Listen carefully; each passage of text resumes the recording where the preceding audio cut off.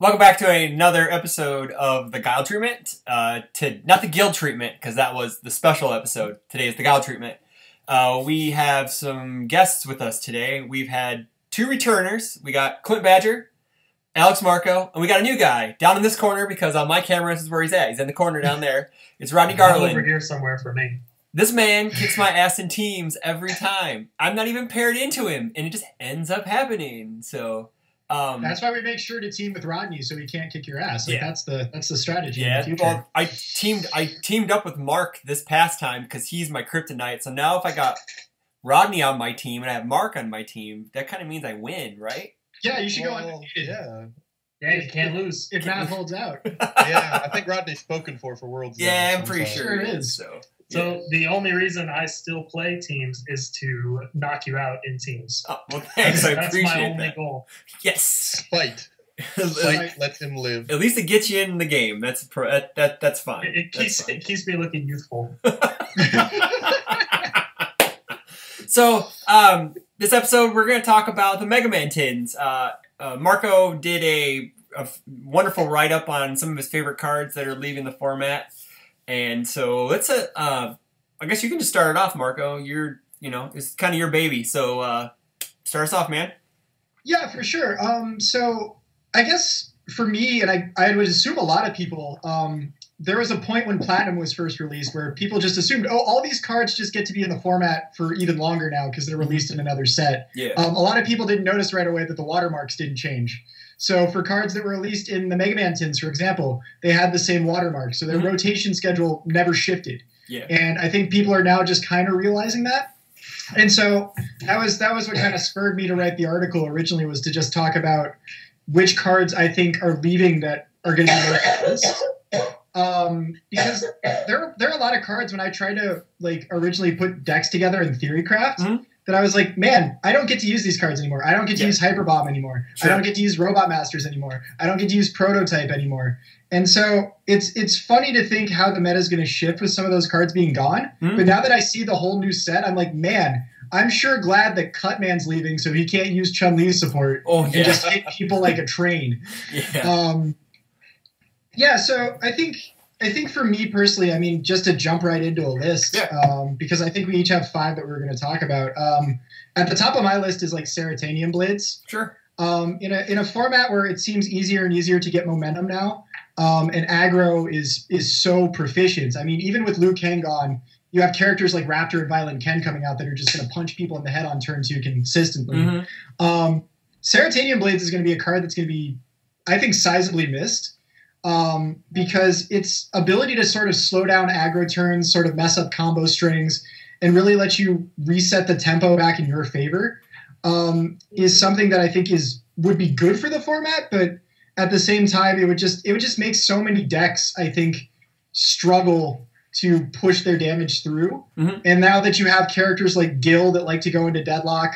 By the way, I finally figured out that Gil actually just forces his opponent into deadlock by default, because how are you going to block 8 speed attacks with less than 11 foundations consistently? Just in the wind. Then again, that goes away almost immediately after. Any other speed hate cards? Yeah. So, don't be ridiculous. Calm down. So shifting back around, having Ceratanium Blades would have been a nice little deterrent to those early turn aggro decks, especially when every symbol has a snap momentum card in Fatality. Yeah. You have auto fuel for that card, and now with Blades rotating out, it's one less tool for those mid-range or defensive decks to fight aggro with that they won't have anymore. Sure. Conversely, another card that I thought was really good for just playing solid defense or trying to control tempo was Agile Warrior. I think Barrett Bryant specifically ran it in his singles and his teams deck at Nats. Yep. The ability to just change the zone of any attack, be it on offense or on defense, is still really powerful. And again, with all these aggro decks just running around the format trying to kill you, the ability to be like, all right, well, that air ground smash of yours that you gave powerful 6-2 Jackie Briggs, that sure is scary as a high attack, but I have this Templar in my hand, and now I can rezone your attack to a mid, so I'm not as scared anymore. I'm not as worried about it anymore. So yeah, I'm gonna really miss that one too. I'm gonna miss that one a lot. I mean, in terms of stats, I think it's a little outdated. Like, what is it? Like a 3/4. It has a low block on it. Yeah. It's like a +3 low, right? Yeah, it's like a +3 low. So like in terms of stats, like you can definitely tell this card was printed like 4 or 5 years ago. But at the same time, it's the value was always still there. It just it fell out of favor because again, more efficient cards got printed, and it just became too slow. Next up on my list is Hyperbomb. I don't think I could get through this without talking about how Hyperbomb leaving the format. There's going to be a big gap there. I've been on this kick of making Frosthammer decks, and I'm like, oh man, Hyperbomb's leaving. Can't play Hyperbomb in my Frosthammer deck. Having a card like that just around that says, if you don't block this, I'm getting a card. If you have more life than me, I get to selectively destroy one of the foundations you committed for this stun ability. Like, that's a really solid disruption and tempo piece that I don't think, as far as the cards that are coming out in this new set, I don't think we really have a replacement for. Like, Thunderbreak is really neat. Yeah, I'm thinking Thunderbreak's the only thing that seems close. Yeah. Thunderbreak seems close, but it's much more highly costed. Yeah, that is a 6-diff base. Yeah, it's a 6-diff. It's relatively almost the same stats in terms of speed and damage. So Hyperbomb's a really big one that I think people are going to noticeably miss after a couple weeks not being able to put it in their decks. Last, I wanted to talk about On Borrowed Time. I don't think that's a card that anyone really gave a lot of thought to when those tins were released.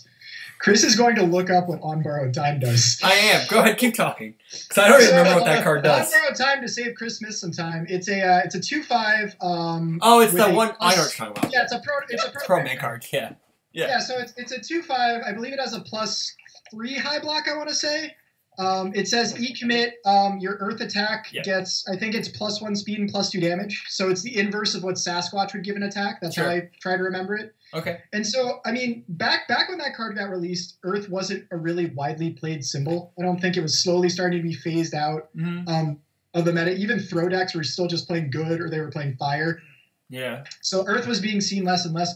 But a card like that, I mean, it's very rare nowadays, even if it's just symbol specific, to find a card that says E-commit, give any attack you have +1/+2. Like, Lilith has a card, I think, that says E-commit, printed 3 damage attack +2/+2. But that really gates you into what you can use that ability on or how to build your deck. On Borrowed Time was just a card that, by existing, just said, pump this attack, give it free stats. I mean, as long as you have the Earth symbol. You didn't even have to be playing Earth. You could just say, you have Earth, or your attack had to have Earth somewhere on it. So you could play you could play, I think, Fire, and as long as your attack had Earth on it, you were fine. Like you could pump a missile launcher. So again, it's one of those cards that, as time passed, it just became outclassed because it wasn't as efficient anymore as some other cards. But it's one of those instances of relatively free damage pump that I think gets missed and will be lost to a lot of people when they're like, man, I can't play this card in like my Chun-Li deck, who would be awesome with On Borrowed Time. Yeah.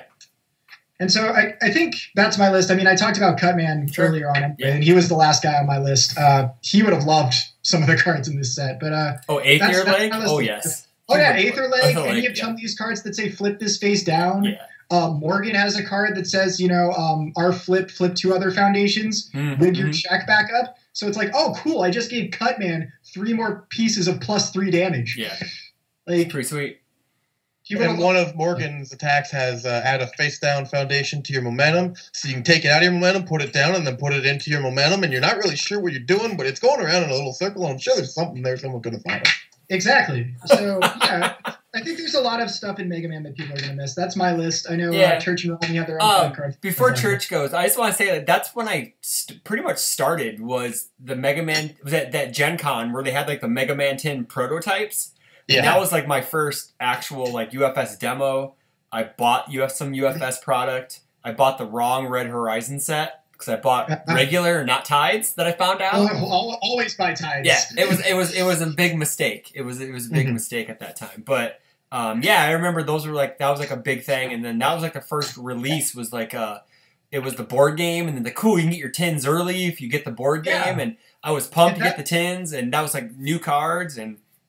And I think if you ask a lot of people who are newer to the game or got into the game a little later after Jasco bought it, a lot of them will probably tell you the Mega Man tins were my gateway set into UFS because that's not a fighting game specific IP. That's a property that a lot of people know that don't necessarily have to know anything about fighting games.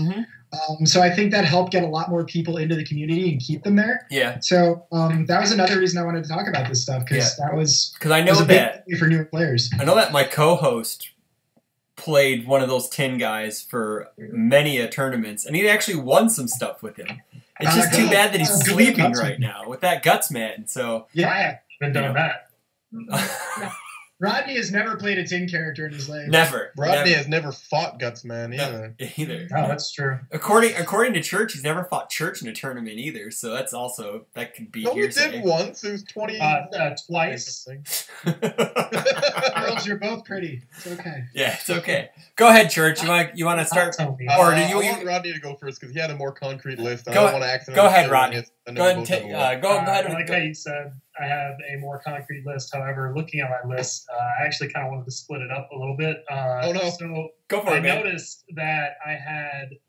Okay, first of all, I noticed I had Bomb Man on there, right? All right, let's just just get that out of the room. Yeah. It has Bomb. But besides Bomb Man, I had like 5 attacks, and I'm just like, wait a minute, hold on, I should actually do the 10 set a little better. So I split it up into 5 attacks I'm going to miss, as well as 5 foundations. Oh, cool. All right. But first, Bomb Man, he's yeah. And I just got a shiny one of him at Nats, and now again. Oh yeah. So when it comes to attacks, I'm going to read off my list. Basically, I had written down Firestorm, and immediately, I know I said 5 attacks, but I'm going to honorable mention Fire Slam. I'm going to miss Firestorm because I like its ability. I like creative abilities, and I've always been like one who is all about discard grab or getting cards back into your hand after you use them. So something like Firestorm really fit that bill, and it was played a little bit when it came out. And I mean, was it played more recently? I don't have track of that information. I don't think so. Okay, but anyway, I like this ability. I like being able to fish itself out of the discard. And Fire Slam fits that same bill. I've always kind of looked at Fire Slam and I'm like, how can I cheese this, right? How can I make it to where I can always snap this Fire Slam back to my hand? Because that breaker ability on block, I think it's a +0 high block as well. It just seems something like, if I could find some cheese here, this would be a card I would want to cheese with. Yeah. So, but I'm going to primarily say, Firestorm. That was the more played card. Fire Slam was just a me thing. Number 2, in no particular order, Ice Slasher. Sure. I'm going to miss Ice Slasher because it was like the first card that I personally latched onto as like, wait, I can kill people with this card. In my 2013 Vincent Gray deck, it played Ice Slasher and Living with Determination. So it would snap momentum with Living with Determination, and it would multiply out, and then it would just be like, all right, plus damage for Vincent Gray. Are you dead? I hope it's good enough damage. Yeah, let's see. Was it Living with Determination playable while committed to, so you could commit for one of the effects and then just snap it? Yeah, that's great. Yeah. So I have personal feelings about Ice Slasher. For the longest time after that, too, it was like my go-to kill card. I know I started a team with Church soon after that, and I'd be like, I gotta play Ice Slasher. And he's like, okay.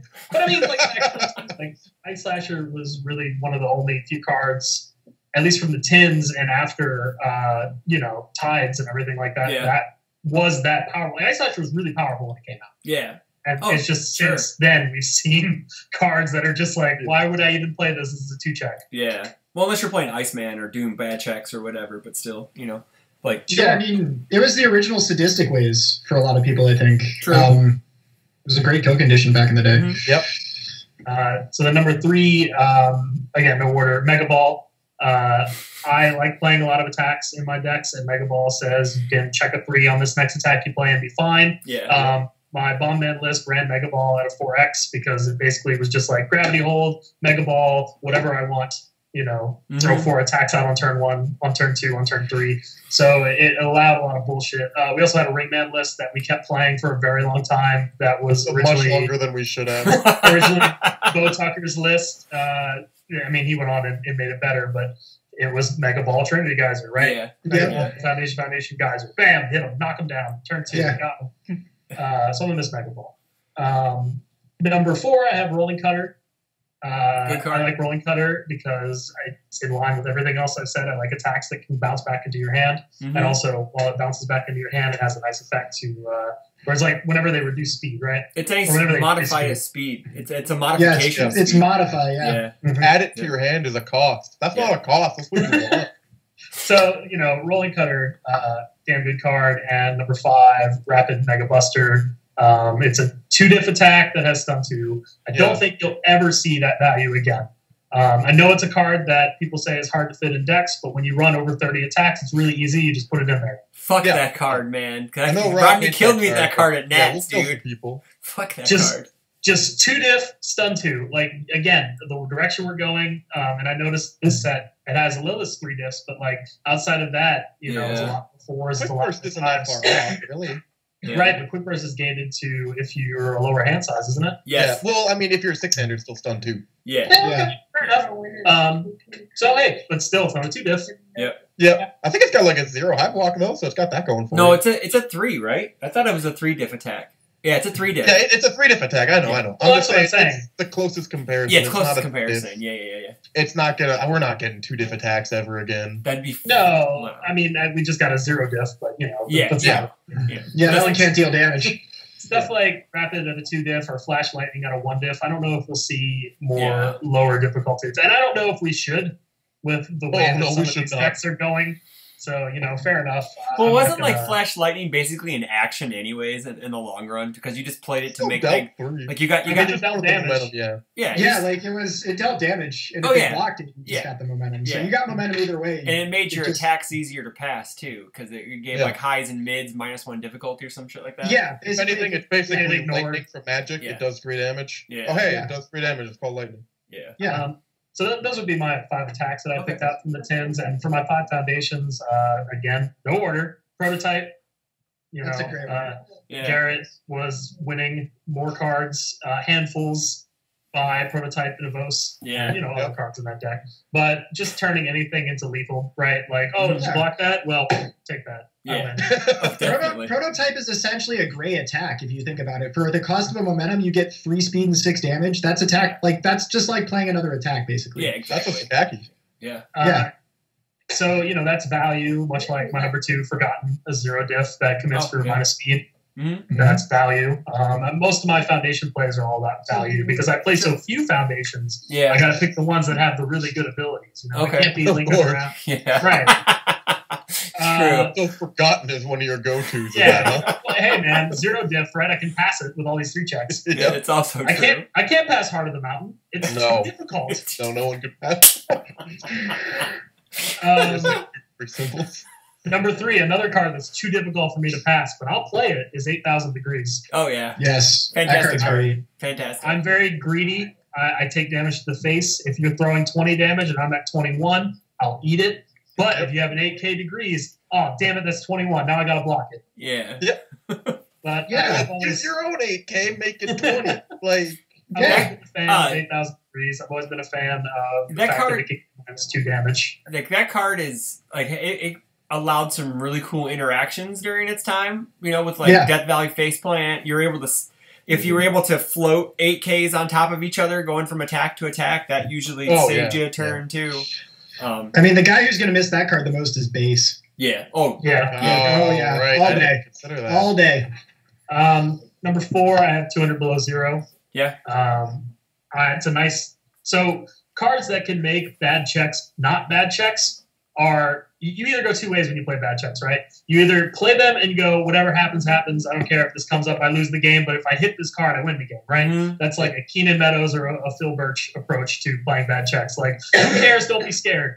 But if you can play cards in your deck that can turn those bad checks into not bad checks, then those cards seem really strong. I mean, when we won Cardboard, it was Proud Nose. It was Lesson in Magic. Lesson in Magic. Yeah. But then again, that turns a 1 into a 5. This commits to basically give +2 to a check. But that's okay. It's still a nice cat. You don't play 4 of it. Yeah, I mean, turning a 2 into a 4 is still really good. Yeah. And it's got a +2 low block. Yeah, it turns your 2 check into a 3 check if you think about it. Like it eliminates part of the negative. Do you remember when that card was like one of the rarest cards in UFS? Because it just wasn't. In the tin set. Like it had to be reprinted in the demo decks, and the demo decks had to get sent out. I remember how I had to buy copies of it on Rochester. Newer players don't know that. It was on Ultra. No one just could get any. You couldn't ever get it. Yeah, you couldn't get any. Yeah, it was nuts. Yeah, that was crazy. So obviously, it's no old Proud Nose. It's no Lesson in Magic. Oh, but it was a card that I would put 1 to 2 to 3 of when I was running around with Ice Slashers. Oh yeah. And then probably number 5, I have Robot Masters. That card's so good. Dave made a name off of it, on his own. We're having a funeral for it here in Atlanta over the weekend. It's going to be great. Are you really? Nice. Nice. Are you going to light them on fire and spread the ashes out over the water? I mean, I'm going to. I'm going to put them in a really tiny little makeshift boat and just send them out to sea and then shoot the arrow. And accidentally hit someone's car and they'll be like, "What the heck are you doing?" I'm like, "I'm sorry, man. Viking funeral." It's been in so many decks that have done so well. Yeah. I mean, it was in Spike List recently, right? And again, Dave Wagner placed it and everything. It's a card that it puts cards in your discard pile, which I love because I like grabbing cards out of your discard pile. Mm-hmm. And also, it's got Bomb Man on the art, so that's really good. Yeah, it does. I mean, people I think really that card dated your attack base a good bit, but at the time when you had cards like Unerrated Shield Ram and Yambarai, people are just like, I don't mind having to play all these 4 damage attacks. I have Robot Masters and all of these attacks are good. Yeah. And then it didn't matter because they were doing 4 or 5 damage. Your opponent's board was stunned out most of the time anyways, and you were just pinging them for 5 damage a pop. And usually those cards drew more cards, so you would just keep chaining attacks left and right.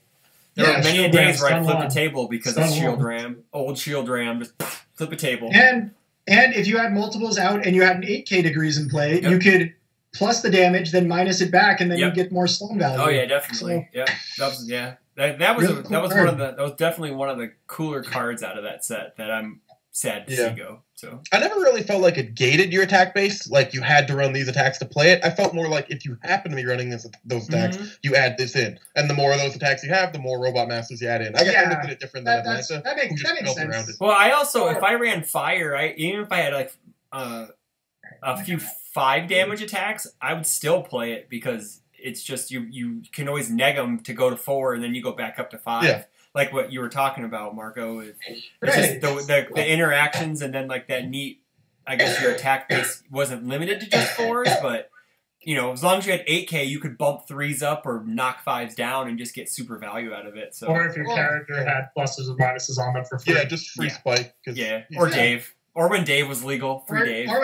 Dave was so happy. Dave could play 3 damage attacks. Yeah, it was definitely a card where it's like, I think I agree with you, Church, that it made attacks that you normally wouldn't consider playing more appealing because you're just like, well, now I have this additional damage pump that's relatively free. It made your opponent afraid to DR stuff if you had multiple Robot Masters in play. It's like, okay, just give me more activations of this and I'll stun you out.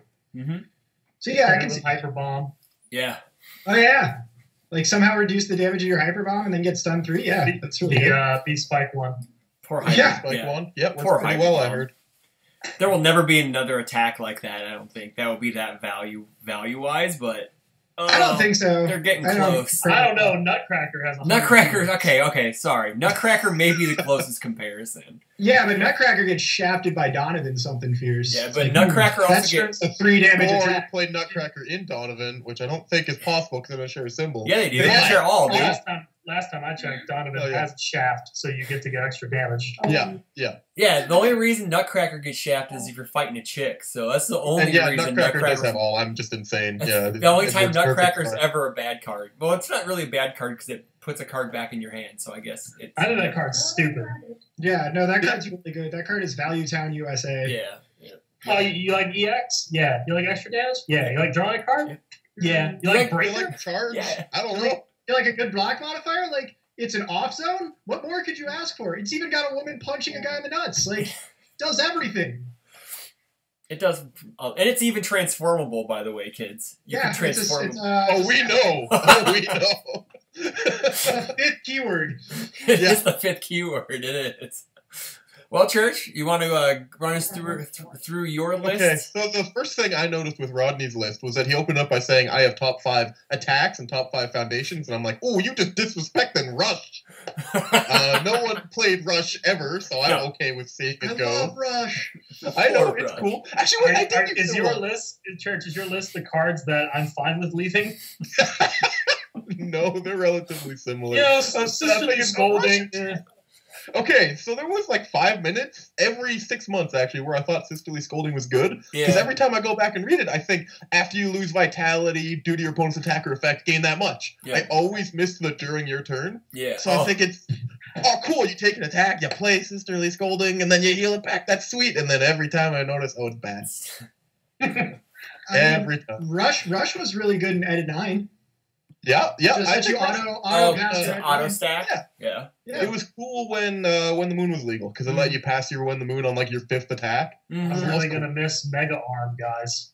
Dude, I played Mega Arm once. I played it in Raiden, who turned it into a throw, so it did deal damage. Please don't waste your time looking up Mega Arm in post, Chris, so that it can be on the screen. It's not worth it. I'll flash some key. I'll flash some key cards. I don't even have to look at it. If it deals damage, all your ranged attacks get +2 for the rest of the turn. Yeah, it was mediocrely statted and did not deserve its 2-check, but it had it. It had Quick Man, just like. Argh. It was a really weird card. There was no reason for it to have a 2-check. It's like they just slapped it on there just because they wanted a 2-check in the demo. They wanted a 2-check in the learner deck. So that's basically it. Yeah. Big Bang Attack also had a 2-check, but that thing hit you for 10. Yeah. It was pretty much have a 2-check in the learner deck. In fact, if you remember, those were the first demo decks they ever released that didn't have responsibilities in them. Yep. Oh, that's right, because they were like beginner. They did not have R's. They did not want beginners to have to understand how the response step works. The response step is actually why they're having such a hard time making any sort of video game version of UFS. Jason actually licenses. Well, but still, you can do Red Horizon. Are you talking about like an app for UFS or an actual fight, like an app for UFS, right? Jason was talking to me at one point because he had mentioned interest in making a video game version of UFS. And I was like, hey, I know how to program. I got Unity on my machine. And he's like, how would we handle the response step? Was like his big concern. Because he didn't want to have like a lot of pausing. Because I brought up, the Magic Duels games. You can pause and play your abilities then. But he's like, there are so many responses. Do we just not do responses in our game? So it's actually like that's a silly way of looking at it. Magic Arena does it just fine. Like if you've got Counterspell in your hand, that's just as many response steps. Counterspell is countering anything. All I'm saying is that seemed to be one of his major concerns. There's a lot of spaghetti code that goes into making that work. Oh, there sure is. So he even thought about maybe not including responses in a video game version of UFS for what it's worth.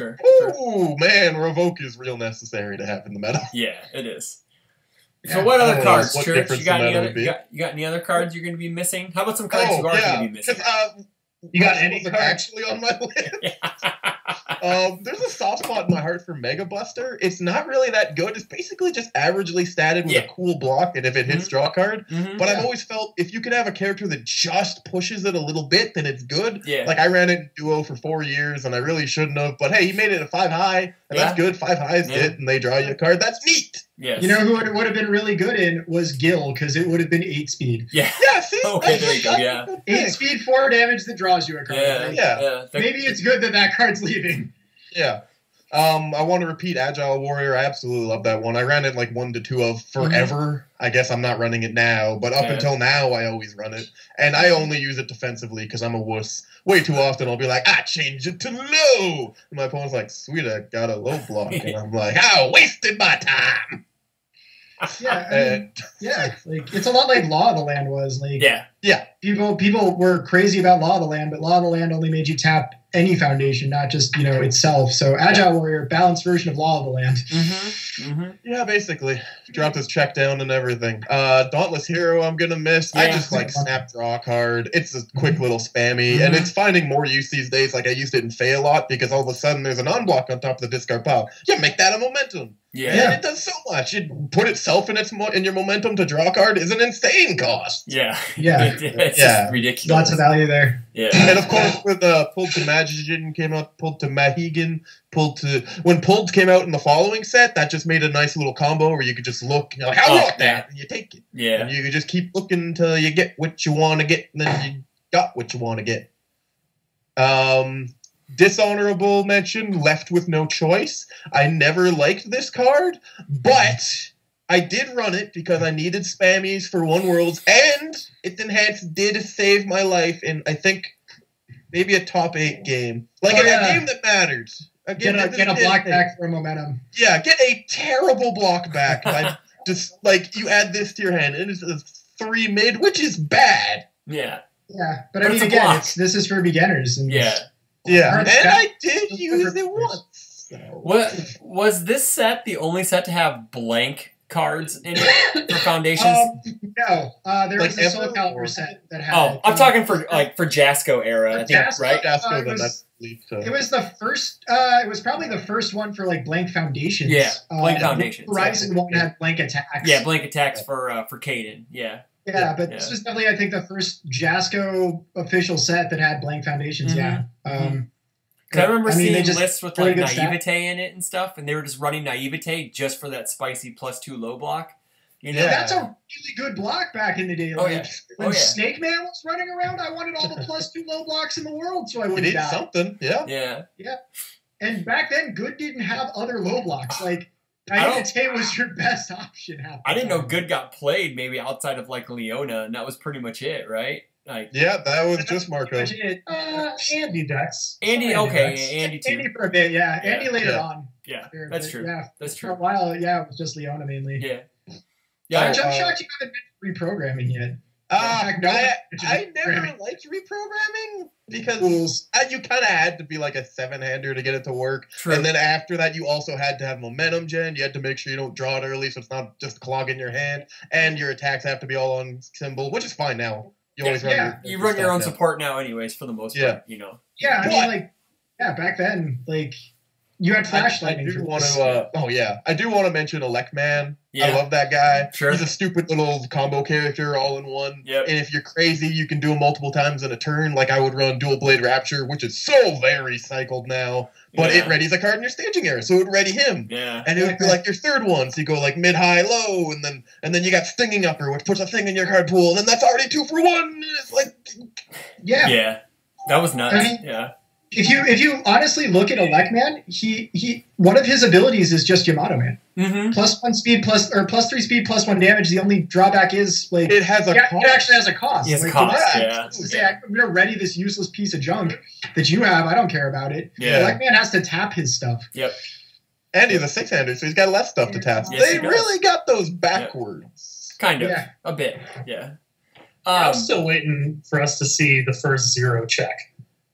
Really? You think so? That's what I wanted that on the champ card originally. I wanted a 0. I wanted to check an F. I wanted it to check an F that was fail, and it ended your turn if you checked it. Just like you flip it, you're like, oh, F, fail. My turn's over. Damn. Ooh. Can I give another dishonorable mention to Ground Shaker? Oh, God. After you check a foundation, recheck. Oh, man, I do not want that 5 check. Get out of here. Oh, yeah, 3 check. That's what I'm about. Like, okay.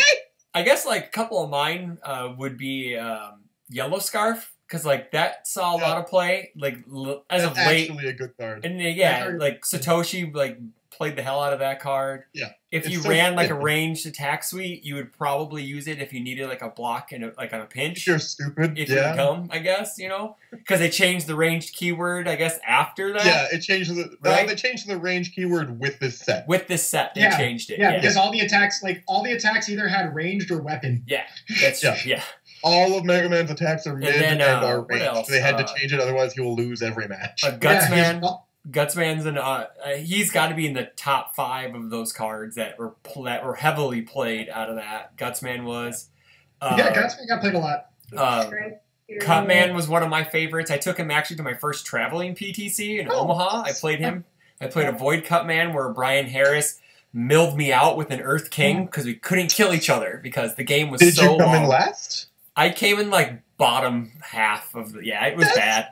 I did not win a lot. Yeah. I heard Void Cutman. I didn't think it'd be too good. No. I didn't know any better. Like, this was like right when Rise of Masters came out, and I should have just played Metal Man. It would have been better, But, that. 8K, like Marco said, 8K, I primarily played Life for like 2 years, so that card was a 4X. That was the first card. That would have been everywhere in your deck. Yeah, that's everywhere. What else? Proto Man 1. Proto Man 1 actually the original Spike 2 dot. Yeah, like he actually topped some PTCs. Not big PTCs, but he's topped a couple. Yeah, he's not terrible. He had a Ophidiophobia on his character. Yes, he did. Yeah.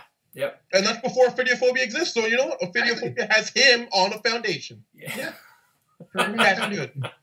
Videophobia power creeped him, and now he's useless. Yeah, for the most part, unfortunately. I got one more. Yeah, go ahead, man. Go ahead. I forgot about this one, and I'm 99% sure that me and Devin Bernier are the only two people that ever played this card in a deck and made top 8 at a major, and that's Housekeeper. Oh, I know that card. Yeah. Yeah, so Housekeeper, F commit, discard an action from your card pool, or R flip after your speed is reduced by your opponent's effect, you just put it back to printed.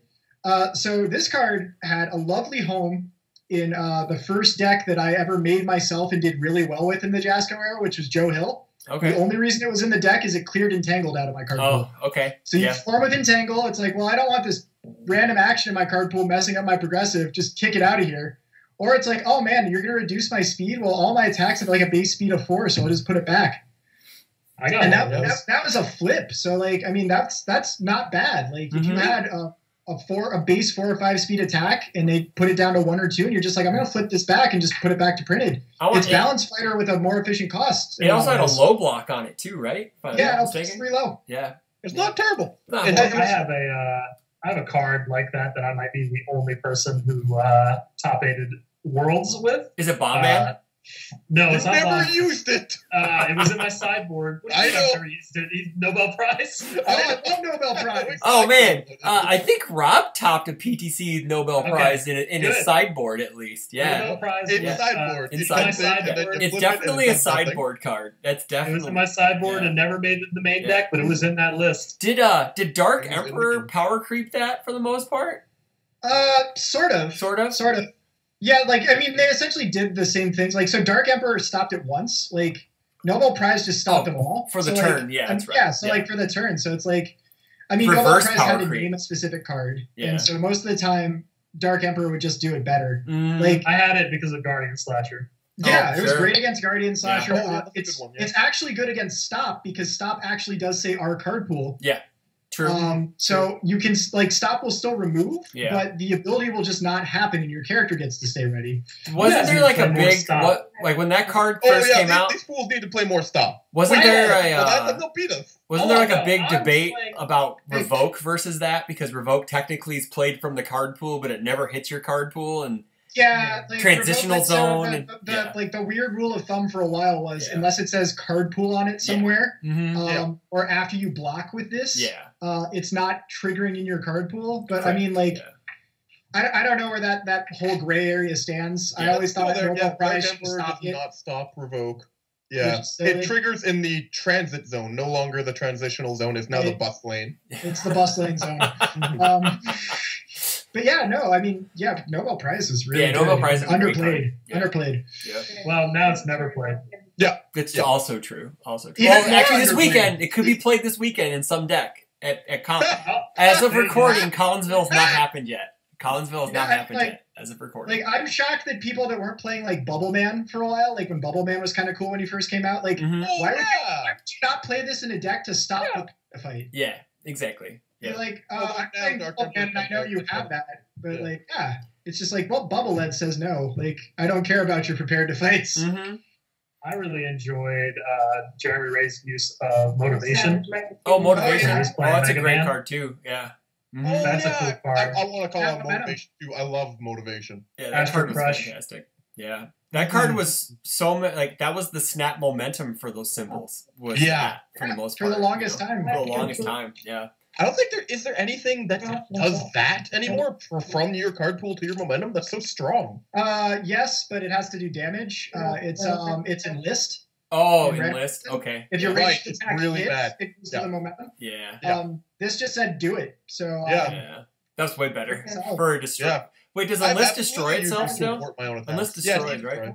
Yeah, it's E-Destroy. Yeah. So, like, I mean, like, it was like play an attack, play Yambarai, E-Destroy, put the first attack in your momentum, have fuel for Yambarai. Yeah, keep the train going. Yeah, I mean, it was. I miss that card too. I miss Yambarai too.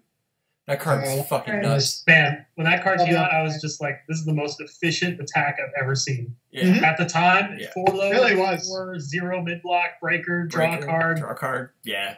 It was nuts. And now, Yep. wow, you can Nutcracker and get +4 damage on that? Yeah, Nutcracker's just like, man, Yambarai needs to fire its agent.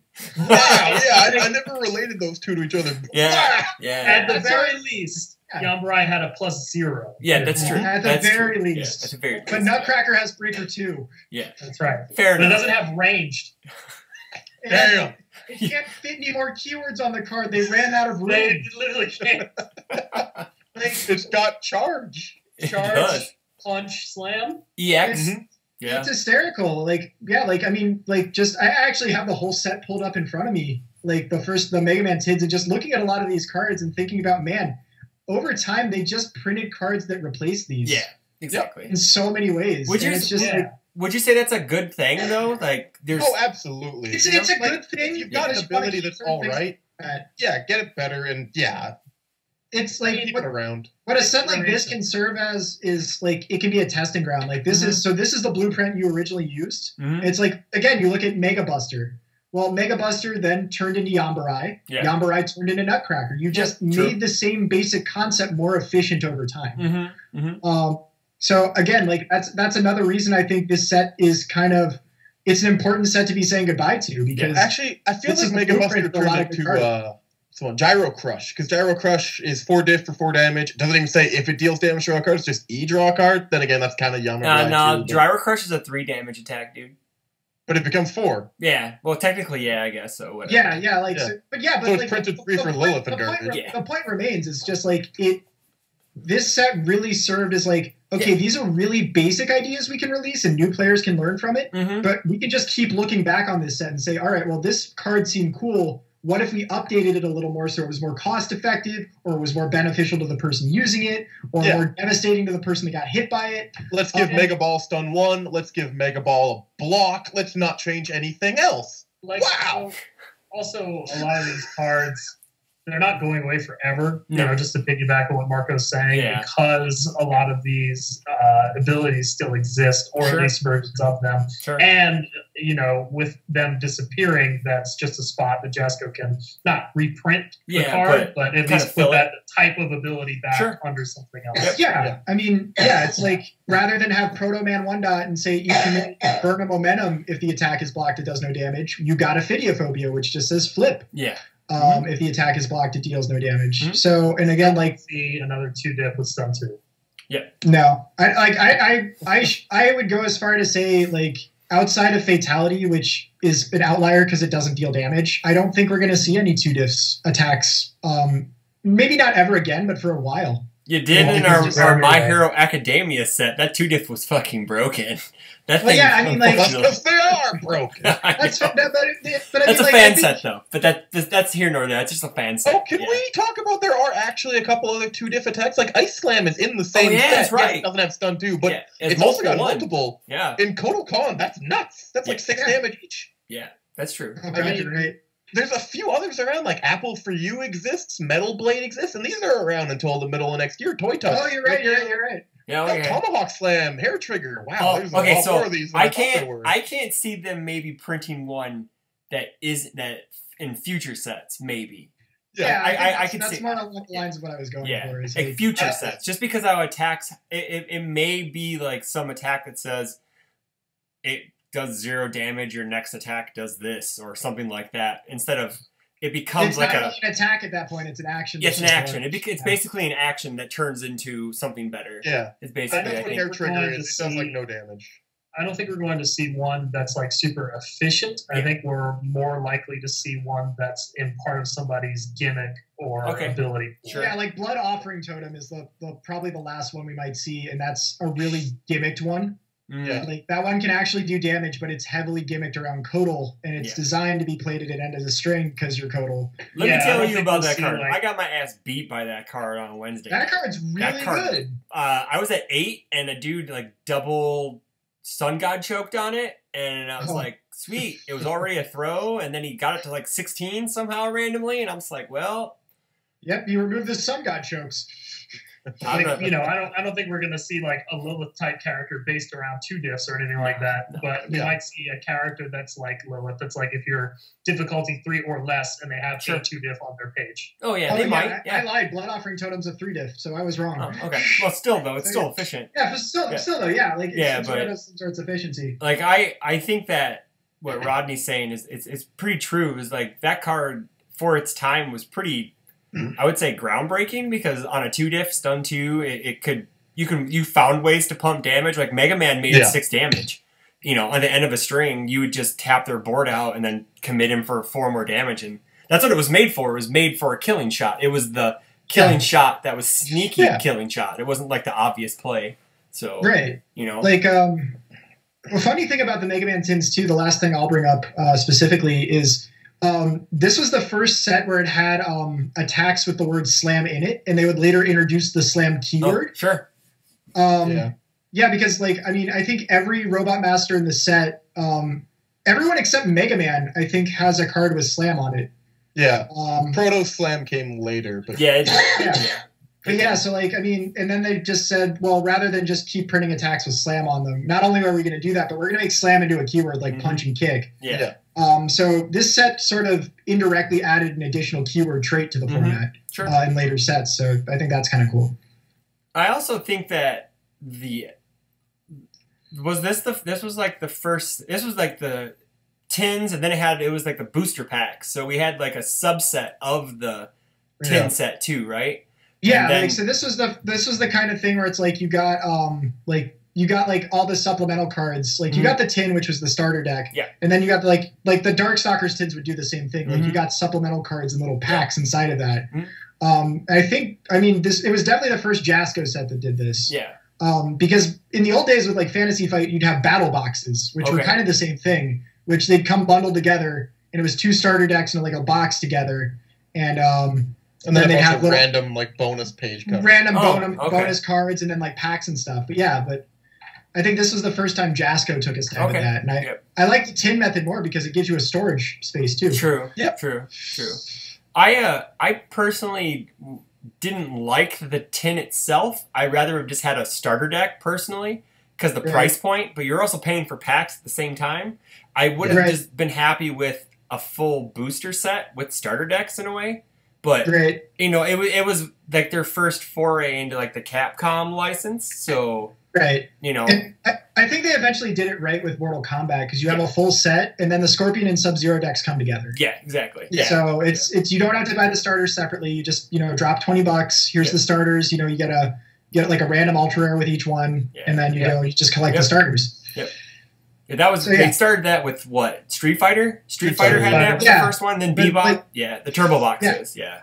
So I think the turbo boxes are a good thing. I'm just glad we finally have a set as in Street Fighter versus Darkstalkers, where we don't have to spend money on those this time after 3 sets. Having them, oh gosh, so much age card set is so nice. Oh gosh, it's another thing too. Is that was the first set in 3 sets, or like that was like the first set Jasco did that was under 100 cards, right? Because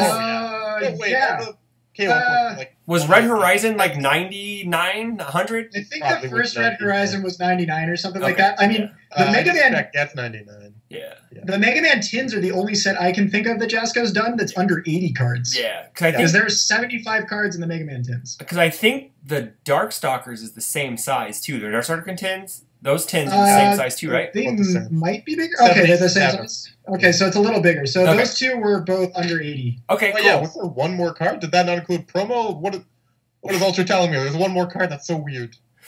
That's all good. It's like freaking me. But no, like 2 more because the Mega Man tins on Ultra include the promo 8-bit Mega Man. Oh, gotcha. So with that, like, it was easier to get the full set in a way, being a smaller set, but it was also harder at the same time because you had to buy tins to get the packs. It was just annoying to collect, Yeah, like, you ran into the same problem with the Darkstalkers tins, because, like, there were definitely cards in there, like, I mean, you wanted, like, full sets of Pulled to Mahesians. Oh, yeah. For a while. Blizzard Sword, stuff like that. You wanted 4 copies of the old Huitzel. Yeah. Yeah. So you had to get 4 tins to do that. Yeah. You definitely wanted Blizzard swords, like Chris mentioned. So you have to just keep buying the tins. Yeah. Yeah. So I think that would have been it would have been great to have maybe the tin plus the 3 packs, but then they have maybe booster packs on the side that you could order. But then they'd probably be stuck with a bunch of tins that they wouldn't be able to get rid of. Oh, anyways. absolutely, yeah. You know. Yeah. I think keep in mind, guys, that the next set after Street Fighter versus Darkstalkers rotates the Darkstalkers tins. Oh, sure. That's what I was about to say. So bring us back for the Darkstalkers tins. The first set of 2019 will rotate the Darkstalkers tins. And that brings up another point too, is that we didn't know, like I didn't know personally that if they were going to because the sets were so big, like 180, 170, if they were just going to rotate both tin sets at the same time, because that was a discussion point I think for a while, was rotate the smaller set. Like there was a time too when they wanted to rotate all of KOF at once. Because that set had been out of print for so long, where it's just like we should just rotate it all at the same time. That way you give all the players an even playing field again, rather than wait for each individual set to go out, which they ended up doing. But still, like I wouldn't have been shocked if they rotated both of these tins at once. Same. Especially if Darkstalker versus Street Fighter was like a 180 to 190 size card if set. it had been big enough, I could have definitely seen that happening. Which is kind of how you want to do standard, I guess, is you want to pump in as much as you're taking out, I guess. So, that's, in my opinion, I think that's how you kind of want to do it, Yeah, I think so. I believe that's what Fantasy Flight and Sabretooth would do, because their rotations would all be based on blocks, and it would be based on watermarks. Okay. And so all the sets, regardless of license, would have a certain watermark, like it was 3-point shuriken. Oh, sure. That's why like the Red Horizon had like 5 points or something like that. Yeah, Red Horizon had 5 points. So because all the Soul Calibur sets that Jason basically inherited had 5 points on them. Fair enough. So, so they're all going to rotate in one block together, which is annoying because this set's legal for 2 years. This set's legal for 6 months. Yeah, so like rather than rotated by licenses, they were just like, well, now we have enough cards in the format that can replace the ones we're going to lose, so we're just going to rotate 3 sets at the same time or 4 sets at the same time. Yeah. Okay. Cool. Yeah, and this is also back when set releases were a lot more frequent too. You have to understand. So like you didn't want 20 sets worth of legal UFS in the format. You had to, so you had to rotate out 4 or 5 sets at a time, because you're going to have 4 or 5 sets coming out in the next year.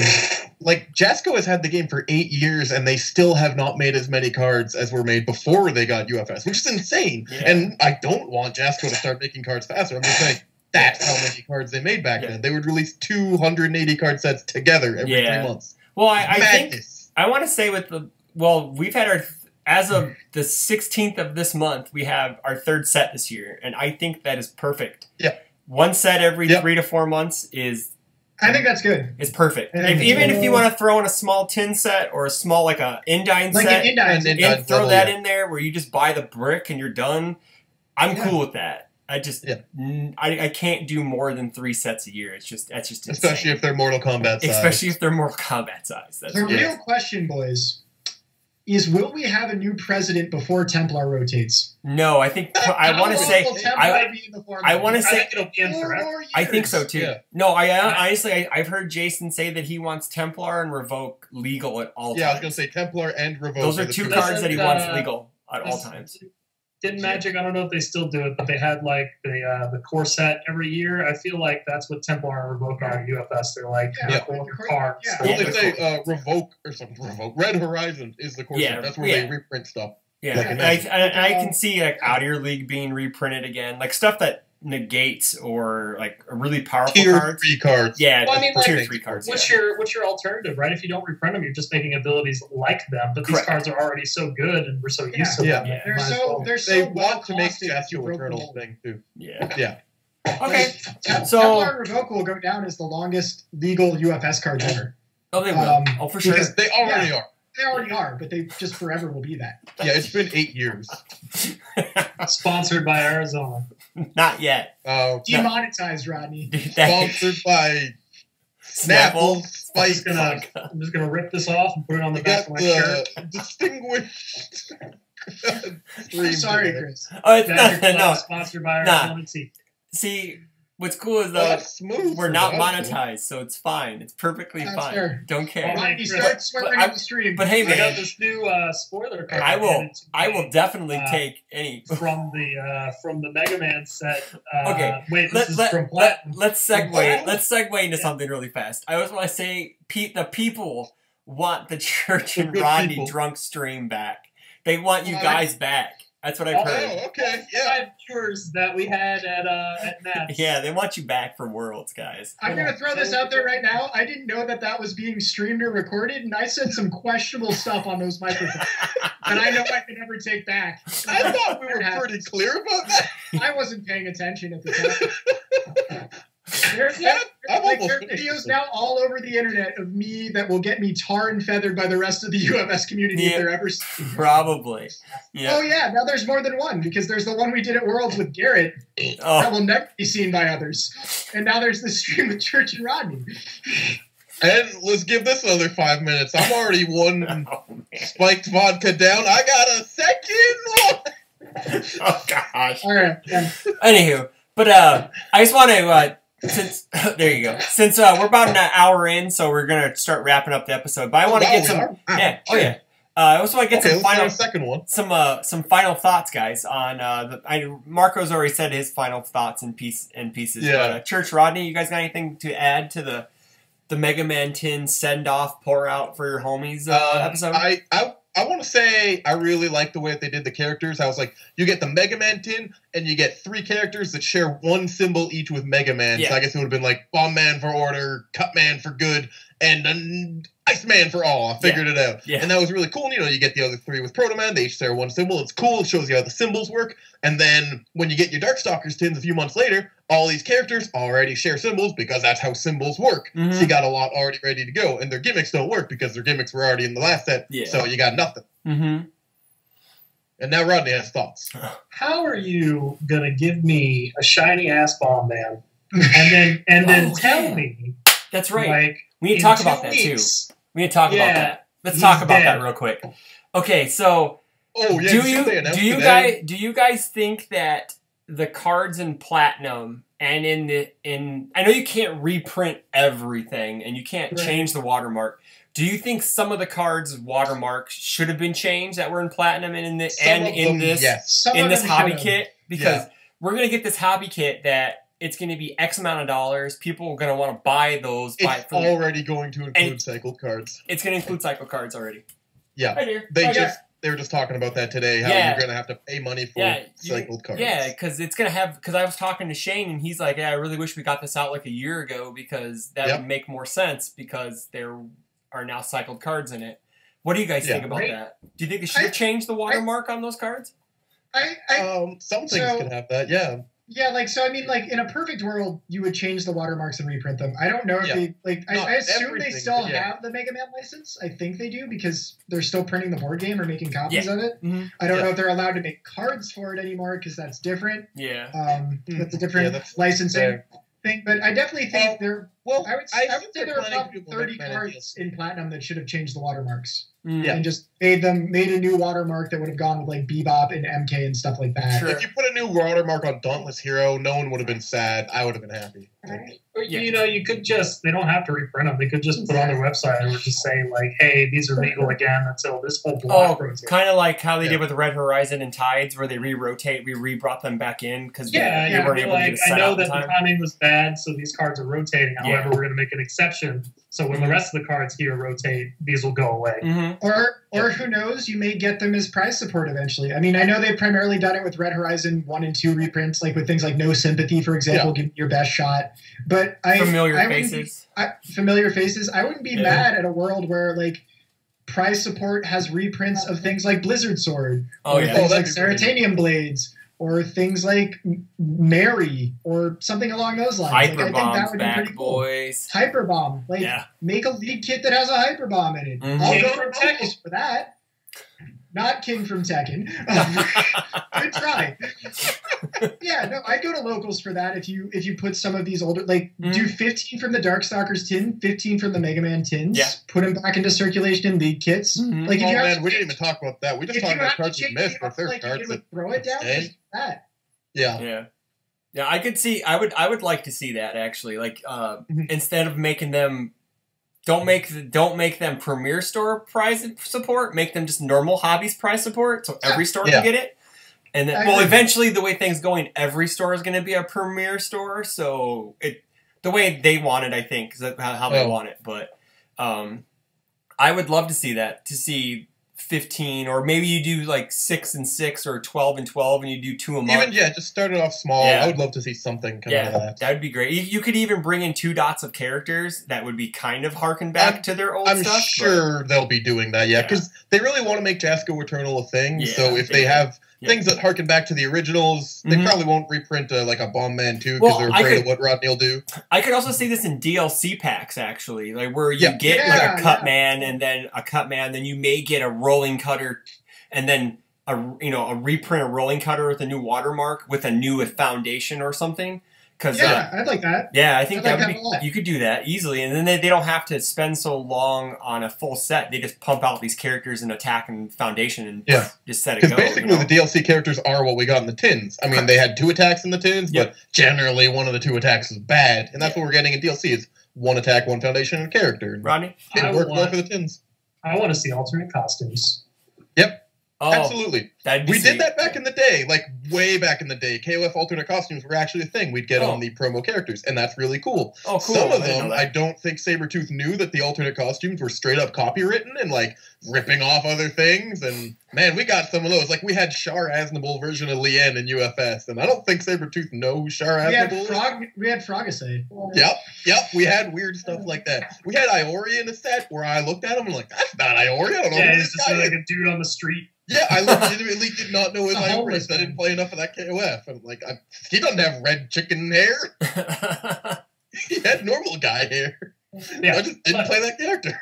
I'd like to see that. I mean, that's a big, that's a fun thing in fighting games is getting a new costume. Well, back in the day, unlocking a costume instead of buying it. But now getting a new costume for your favorite character because it's kind of fresh. It's like, hey, I play a lot of, I don't know, Mega Man, but now here's Mega Man and he's colored like Guts Man. Yeah. Okay, you know what? To be fair, Chun-Li's in a new costume in the new set. That is her alternate costume. It's an alternate costume.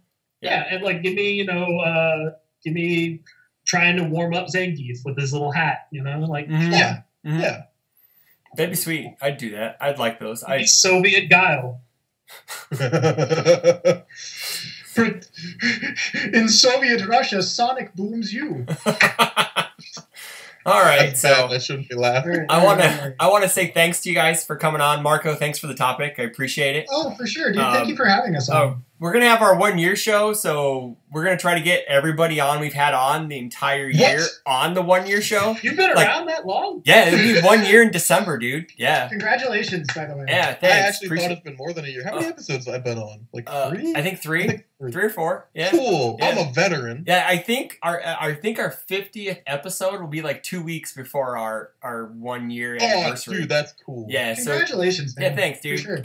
It's been a tough, not tough, but it's been really fun and I've been learning a lot about this whole podcast thing because it's nuts. It's just weird how it can just grow and expand, and then we're getting into Patreon now, so you can donate to us. And when did Jasko find out about this show? Like a month ago? Maybe like 6 months, maybe 4 or 5 months ago, when Jason was like, "Hey, you want to start sending me episodes so I can watch it?" So now I just send them on Facebook Messenger. Yeah. I don't know how he didn't find those out earlier. I guess they watch it on. I'm convinced he can't read. Church has been to the office. They watch it on a giant projector on the wall.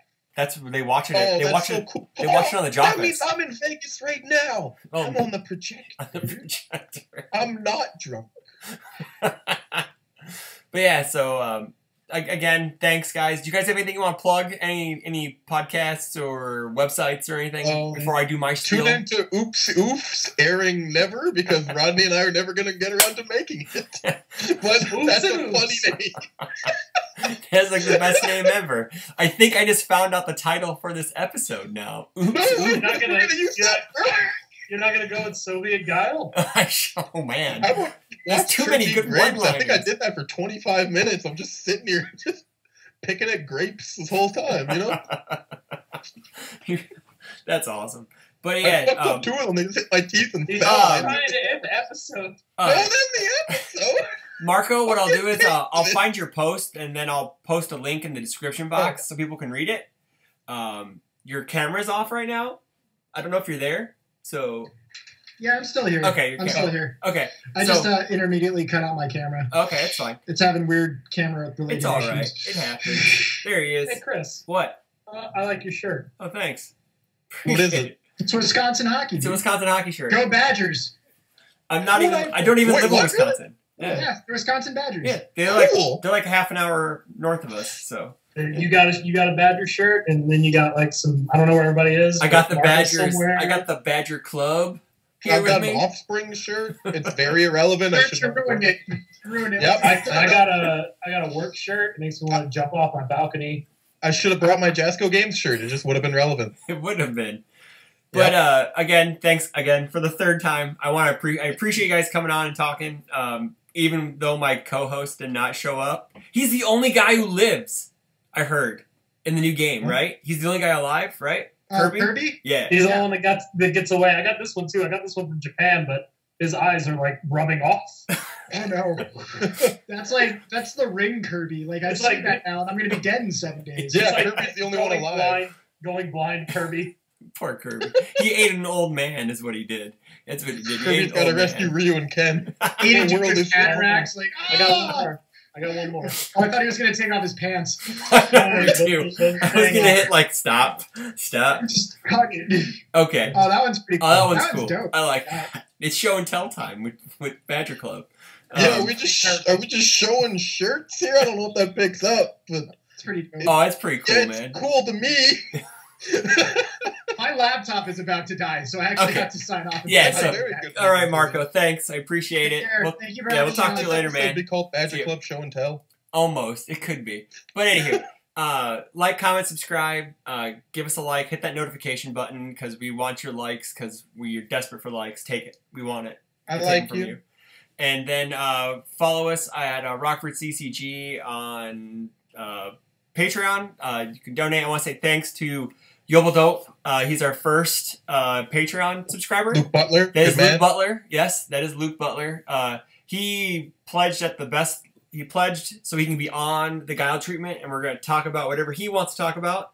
That is the that's so cool. That is the S tier level. So how much is that? It's like $10. So yeah. Oh man. So basically, what we're going to do is we're going to turn the Patreon into our SoundCloud subscription because we have to subscribe to SoundCloud to download all the episodes. So we want to be able to store unlimited podcasts instead of me deleting the oldest ones every time I put a new one up. So yeah, that's the plan. So and then I want to be able to stream more stuff with a better camera other than my phone. So that's something else. That's some other goals. I like that. But anywho, Church Rodney, thanks a lot. We're definitely going to have you guys on for the 1 year show. We'll just cycle people in and out and try to get because what value could we give? Because we like you. Soup's Corner. We got drunken values and cussing. That's what you're gonna like cut to us in the newscast. You're gonna be like, and now for the weather. And it's gonna be like Church will be like, it's cold. And then Rodney will be like, it's kind of hot. And then dude, it's cold. I had a hole in my shoe and I had to go to the doctor today. I just got some electrical tape and scissors and I made a shoe. All right, everyone. Have a good night, and we'll talk to you all later. Have a good one. Bye. Enjoy not being here.